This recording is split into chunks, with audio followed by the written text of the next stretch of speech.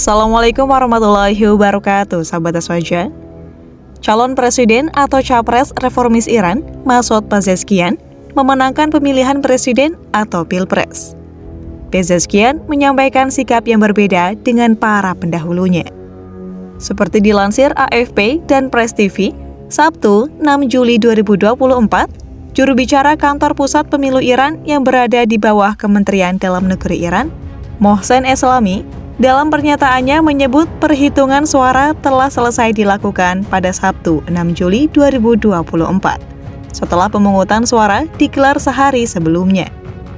Hasil penghitungan itu, sebut Eslami, menunjukkan bahwa dari total 30.530.157 suara yang telah dihitung, Pezeshkian memperoleh lebih dari 16 juta suara. Tepatnya 16.384.403 suara. Sedangkan Jalili meraup lebih dari 13 juta suara, tepatnya 13.538.179 suara. Selisih suara di antara kedua capres pada akhirnya mencapai lebih dari 2 juta suara. Dengan hasil tersebut, maka menurut Eslami dalam pernyataannya, Pezeshkian telah menang atas Jalili dalam Pilpres putaran kedua. Dia akan menjabat sebagai presiden baru Iran untuk menggantikan mendiang Presiden Ebrahim Raisi. Data penghitungan akhir itu dirilis otoritas Teheran pada Sabtu 6 Juli pagi, sekitar pukul 6.45 waktu setempat. Disebutkan bahwa jumlah partisipasi pemilih dalam putaran kedua mencapai 49,8%. Pilpres Iran digelar lebih awal setelah Raisi meninggal dunia dalam kecelakaan helikopter pada 19 Mei lalu.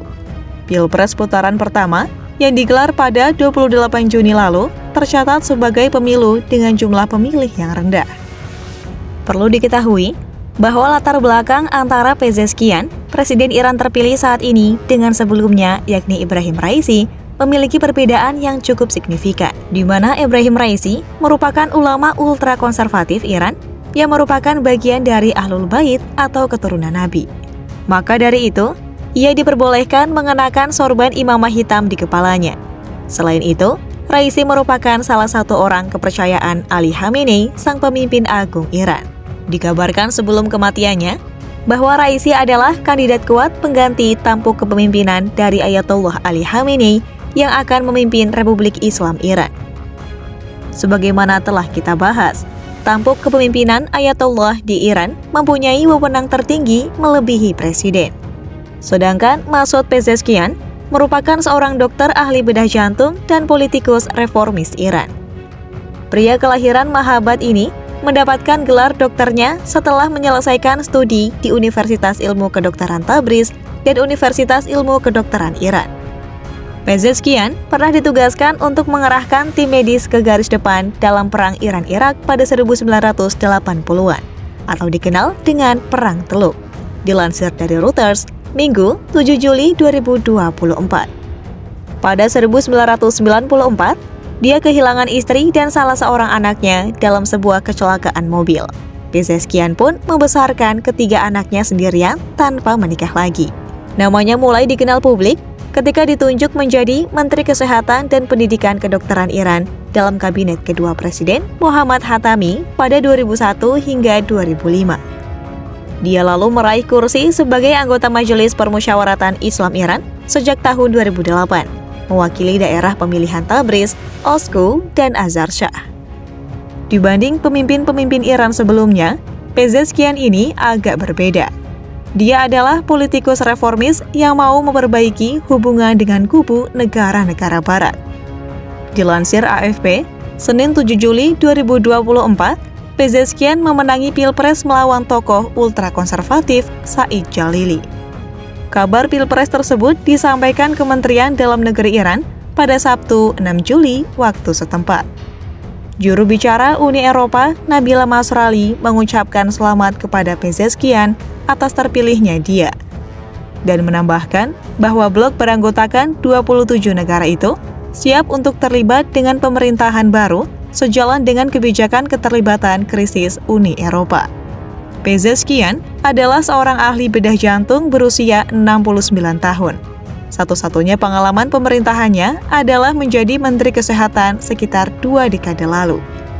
Dia menyerukan hubungan konstruktif dengan negara-negara barat untuk mengeluarkan Iran dari isolasinya. Dia mendukung menghidupkan kembali perjanjian nuklir tahun 2015 antara Iran dan negara-negara besar. Washington secara sepihak menarik diri dari perjanjian tersebut pada tahun 2018, menerapkan kembali sanksi dan menyebabkan Iran secara bertahap mengurangi komitmen terhadap perjanjian tersebut. Kesepakatan itu bertujuan untuk mengekang aktivitas nuklir yang menurut Teheran bertujuan damai. Musuh Iran, yakni Amerika Serikat, pada Senin mengatakan tidak ada bedanya apakah Pezeshkian atau Jalili yang menang. Juru bicara Departemen Luar Negeri AS, Vedant Patel, mengatakan tidak ada harapan bahwa pemungutan suara tersebut akan mengarah pada perubahan mendasar dalam arah Iran atau peningkatan hak asasi manusia. Menteri Luar Negeri Israel, Israel Katz, mengatakan hasil Pilpres Iran tersebut merupakan pesan yang jelas mengenai tuntutan perubahan dan pertentangan dari rakyat Iran.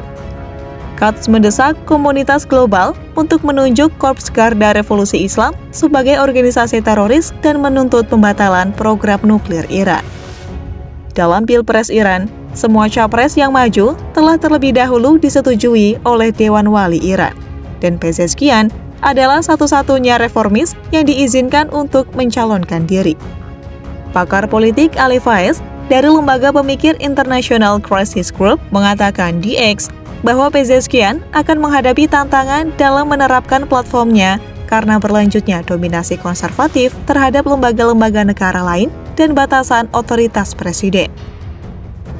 Selama kampanyenya berlangsung sampai akhirnya terpilih, Pezeshkian berjanji akan melonggarkan pembatasan internet yang sudah berlangsung lama dan sepenuhnya menentang patroli polisi yang mewajibkan jilbab bagi perempuan, sebuah isu penting sejak kematian Mahsa Amini dalam tahanan polisi pada tahun 2022. Warga Kurdi Iran berusia 22 tahun itu telah ditahan karena dugaan pelanggaran aturan berpakaian, dan kematiannya memicu kerusuhan nasional selama berbulan-bulan. Saya tidak memberikan janji palsu dalam pemilu ini, kata Pezeshkian di makam Imam Khomeini di Tehran Selatan. Namun, meski presiden terpilih Iran saat ini berasal dari latar belakang yang berbeda dari sebelumnya, hal itu tidak serta-merta membuatnya dapat merubah tatanan sistem pemerintahan yang telah lama dibangun dengan mengakui tampuk kepemimpinan di tangan seorang ayatollah.